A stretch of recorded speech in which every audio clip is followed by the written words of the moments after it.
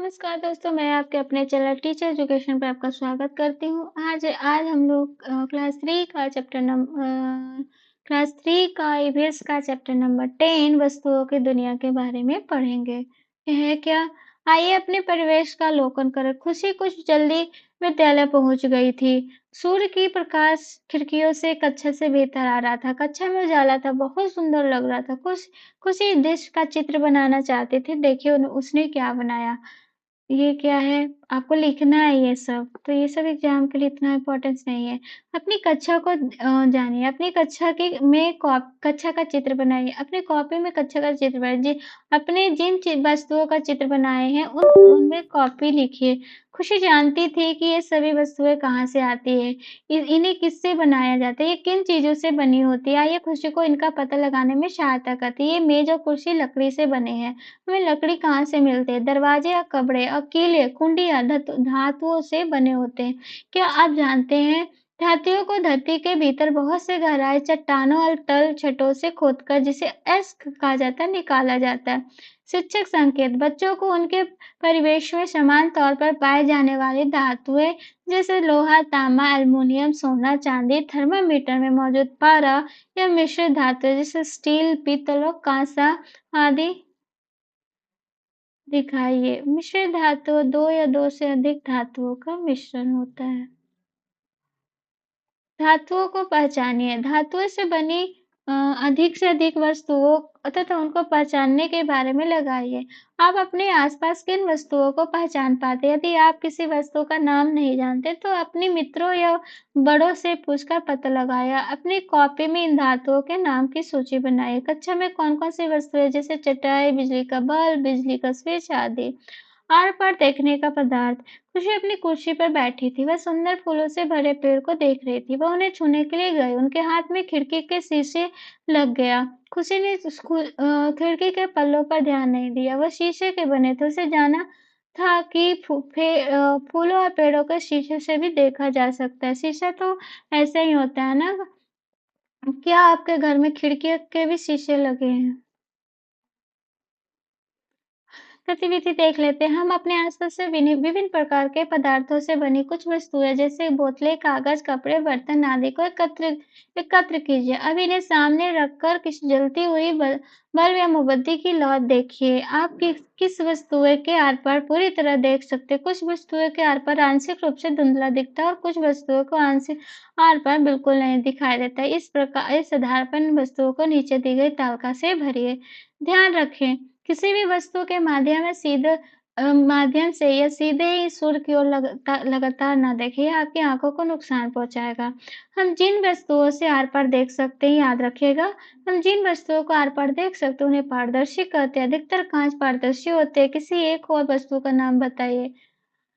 दूसरा है, आप काँच के से आर-पार देख सकते हैं, लेकिन लकड़ी से नहीं देख सकते। आप जिन वस्तु से आर-पार नहीं देख सकते, उन्हें क्या कहते हैं? अपारदर्शी कहते हैं। काँच पारदर्शी है, लकड़ी अपारदर्शी।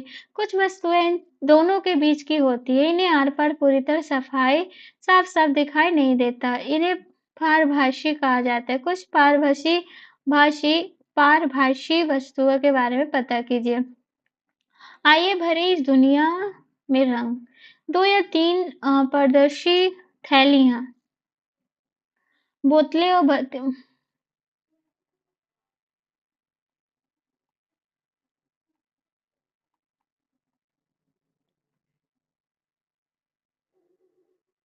ये देखिए,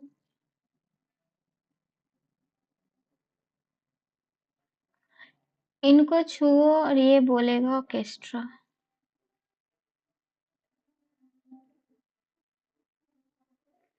ये देखिए, क्या यह मुड़ गई? खुशी की मेज लकड़ी से बनी है। सोचिए मेज और किन चीजों से बन सकती है? क्या कपड़े या रबर से भी मेज बनाई जा सकती है? क्यों या क्यों नहीं? लकड़ी कठोर और कड़ी होती है, जबकि कपड़ा मुलायम और लचीला होता है। कपड़े के लचीलेपन के कारण उसको उससे पोशाक और पर्दे बनाए जाते हैं। कल्पना कीजिए अगर पोशाकें भी लकड़ी की बनी है तो अम, लिखिए बेल-मेल जोड़। उसके बाद है क्या यह बात है? खुशी ने बेल मेल जोड़ियों से बने मजे से लिखा, दीवार पानी से नहीं बह सकती। हम दीवार से हम पानी से दीवारें नहीं बनाते क्योंकि वो गिर जाएगी। पानी की दीवार को और क्या हो सकता है? दीवार बनाने के लिए ठोस वस्तुएं चाहिए, ईंट, पत्थर, लकड़ी। जो वस्तु आकार नहीं बदलते उन्हें ठोस कहा जाता है। पानी को कोई एक आकार नहीं होता, यह बहता है, हवा भी बहती है, परंतु हवा और पानी बहने में अंतर है। हवा और पानी बह यदि एक गिलास में पानी डालेंगे तो उसमें पानी उसी में रहेगा। पानी तरल है, हवा गिलास में नहीं रुकती, वह अंदर और बाहर होती रहेगी, इसीलिए कहते हैं हवा गैस है। इस तरह वस्तुओं को 3 प्रकार से बाँटा जा सकता है: ठोस, द्रव और गैस। शिक्षक संकेत है कुछ पदार्थ जैसे रबर, रेशे, मोम, पौधे या पशु पक्षियों द्वारा प्राकृतिक रूप से भी बनाए जाते हैं, कृत्रिम तरीके से भी बनाए जाते हैं। उदाहरण के लिए मधुमक्खी अपने छत्ते के लिए मोम बनाती है, परंतु इस तरह का मोम पेट्रोलियम से भी बनाया जा सकता है। पेट्रोलियम एक प्रकार का तरल पदार्थ है जो धरती के नीचे बहुत ही गहराई मिलता है। पेट्रोल, डीजल, केरोसिन आदि सब पेट्रोलियम से ही बनते हैं। पेट्रोलियम आधारित पदार्थ की जैसे कि पेट्रोल, प्लास्टिक, रबर या पैराफिन, मोम आदि गैर बायोडिग्रेडेबल कचरा पैदा करते हैं। कक्षा 3 में इस अवधारणा का केवल उल्लेख भर सकते हैं। प्राकृतिक कृत्रिम। खुशी ने अपने चित्र में आम का एक पेड़ बनाया जिस पर बहुत सारे आम लगे। एक चिड़िया बैठी है। पेड़, आम और चिड़िया मनुष्य द्वारा नहीं बनाए जाते। ये प्रकृति में प्राकृतिक रूप से उपलब्ध है। इन्हें प्राकृतिक वस्तुएं कहते हैं। कुछ प्राकृतिक वस्तुएं में जीवन होता है जैसे कि पेड़ पौधे, पशु पक्षी, जबकि कुछ प्राकृतिक वस्तुएं में जीवन नहीं होता जैसे चट्टानें, पानी और हवा। मनुष्य द्वारा बनाए गए यहाँ याद कीजिएगा जो प्रकृति द्वारा दिया जाता है उसको प्रकृति कहते हैं, और जो मनुष्य द्वारा कोई भी वस्तु बनाया जाता है उसे क्या कहते हैं? कृत्रिम कहा जाता है। क्या आपने अपने आसपास ऐसे पेड़-पौधे देखे जिन पर वर्षा के किसी विशेष समय पर फूल उगते हैं? यदि आपने कभी पका हुआ आम खाया है, बाजार में आम देखे हैं, आम को देखा है तो अनुमान लगाएं कि खुशी ने वर्ष के किस माह में यह चित्र बनाया होगा। क्या यह जनवरी है होगा या जून? जून ही होगा, थोड़ी ना जनवरी में होता है। तो ये तो वर्कशीट है। तो ये है आपका चैप्टर नंबर है भाई, चैप्टर नंबर कितना है ये? चैप्टर नंबर 10 वस्तुओं की दुनिया। अगर आपका वीडियो अच्छा लगा तो प्लीज़ लाइक शेयर सब्सक्राइब कीजिएगा। Thank you and have a good day.